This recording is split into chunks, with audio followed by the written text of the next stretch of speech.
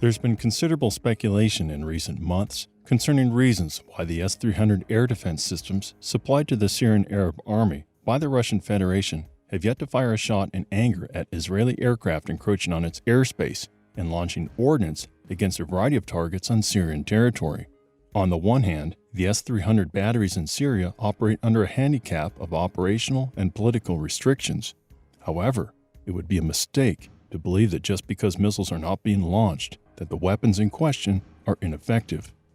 One crucial aspect of Israeli aerial operations is their use of civilian air traffic and also U.S.-led coalition operations to shield their aircraft against Syrian air defenses. It is noteworthy that Russian cruise missile strikes, for example, are invariably preceded by international notifications of closures of relevant airspace in order to prevent tragedies. Israel has not followed similar procedures and has frequently sent its combat aircraft into airspace used by civilian airliners over the Mediterranean and Lebanon. Considering the international reaction that would have inevitably followed in the event of a Syrian or Russian air defense shootdown of a civilian airliner, it is rather likely that rules of engagement used by the Russian-led coalition forces in Syria include strict prohibitions against engaging hostile aircraft when there is even a remote danger to civilian aircraft. The loss of Russian Il-20 with its entire crew to a Syrian air defense missile clearly shows the dangers of engaging remote targets in a crowded airspace. Few examples illustrate the hypocrisy of Western powers' supposed belief in the sanctity of national sovereignty better than its condoning of near-constant Israeli violations of Lebanese airspace. While that country's territorial sovereignty is rarely challenged by Israel, largely thanks to Hezbollah's ability to inflict severe casualties on the IDF, neither Hezbollah nor the Lebanese military possess an air force or an air defense system capable of doing the same for the country's airspace.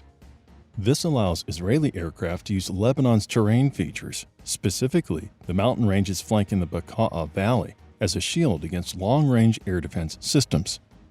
Israeli aircraft using standoff munitions, such as the SDB or Delilah, are able to position themselves close to their targets by flying below the Syrian radar horizon, then popping up to launch their GPS-guided weapons before dropping down below the horizon to return to base. In order to deny Israel that ability, Syria and Russia would have to extend their air defense network to the Bekaa Valley and/or patrol it using their own fighter aircraft, a measure that would likely provoke international condemnation and risk a massive escalation of the conflict. By the same token, the international community has imposed a de facto embargo on the provision of modern weapons systems of any kind to the state of Lebanon, rendering it unable to defend itself against Israeli incursions. Further complicating matters is the fact that the Russian foreign policy is attempting an extremely difficult task of maintaining reasonably good relations with both Israel and Iran in order to achieve its foreign policy objectives and bring the war in Syria to a successful conclusion. It really is a testimony to the skill and perseverance of Russian diplomats that it has managed to remain in good standing with both of these states. No other major power can claim a similar success. But the downside of this kind of diplomacy is that it makes Russia, and therefore by extension Syria, over whose national air defense system Russia exercises considerable control simply in order to safely operate its own aircraft, unwilling to engage Israeli aircraft except in the extreme cases of Israel attacking Russian bases or assets in the area. Israel, for its part, has refrained from striking Russian and high-value Syrian targets, which does suggest there exists something akin to an understanding between Russia and Israel that was reached in the wake of the aforementioned loss of the Il-20.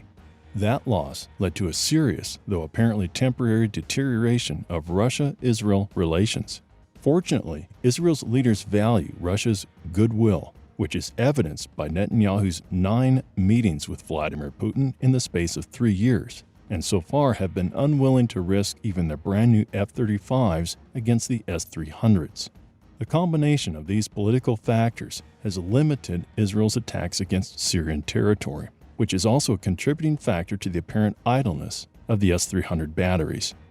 As if these problems were not enough, it doesn't help matters that Iran is pursuing a range of objectives of its own, which may not be consistent with Syrian and Russian interests. One visible example of the relatively low level of trilateral cooperation was the abrupt cancellation of the permission given to the Russian aerospace forces to use an airbase on Iranian territory to enhance the effectiveness of bombers operating from Russia against targets in Syria. While Iran's efforts to ensure its security vis-a-vis the United States, Saudi Arabia, and Israel are understandable, given the brutal nature of the power struggle in the region, in practical terms, it means that Russia's leadership does not feel an obligation to protect Iranian assets in Syria every time Israel attacks them. There certainly is no evidence of any security agreement between Russia and Iran suggesting a commitment to mutual defense. The dependence on Iran-provided or Iran-supported manpower in the form of IRGC troops, Hezbollah, or Shia militias has, moreover, meant that Russia had relatively few levers of influence over Iranian policies in the region, since Iran's ability and willingness to put boots on the ground in Syria made it an indispensable part of that loose alliance. To the extent that there exists an understanding between Russia and Iran in matters regarding Syria, it seems to consist of Russia giving Iran a more or less free hand to do as it pleases, in return for Iran not expecting Russian air cover for its activities, which in turn allows Russia to remain on good terms with Israel, whose goodwill it definitely needs to end the war in Syria. While the situation remains relatively stable with few escalation risks, it cannot be said it is a satisfactory state of affairs because considerable ambiguities remain and will remain for the foreseeable future. Iranian forces in Syria will remain indispensable to that country's security for as long as U.S. forces remain in Syria, and the status of Syria's northern provinces, controlled by insurgent groups supported by Turkey, remains unresolved. Until these issues are addressed, the S-300 batteries in Syria will continue to play their part in maintaining this uneasy equilibrium. Southfront is a crowd-funded endeavour and operates solely on the basis of donations from its audience. If you want to help Southfront to remain an open source of coverage and analysis of conflict zones and military diplomatic developments around the globe, please support our work.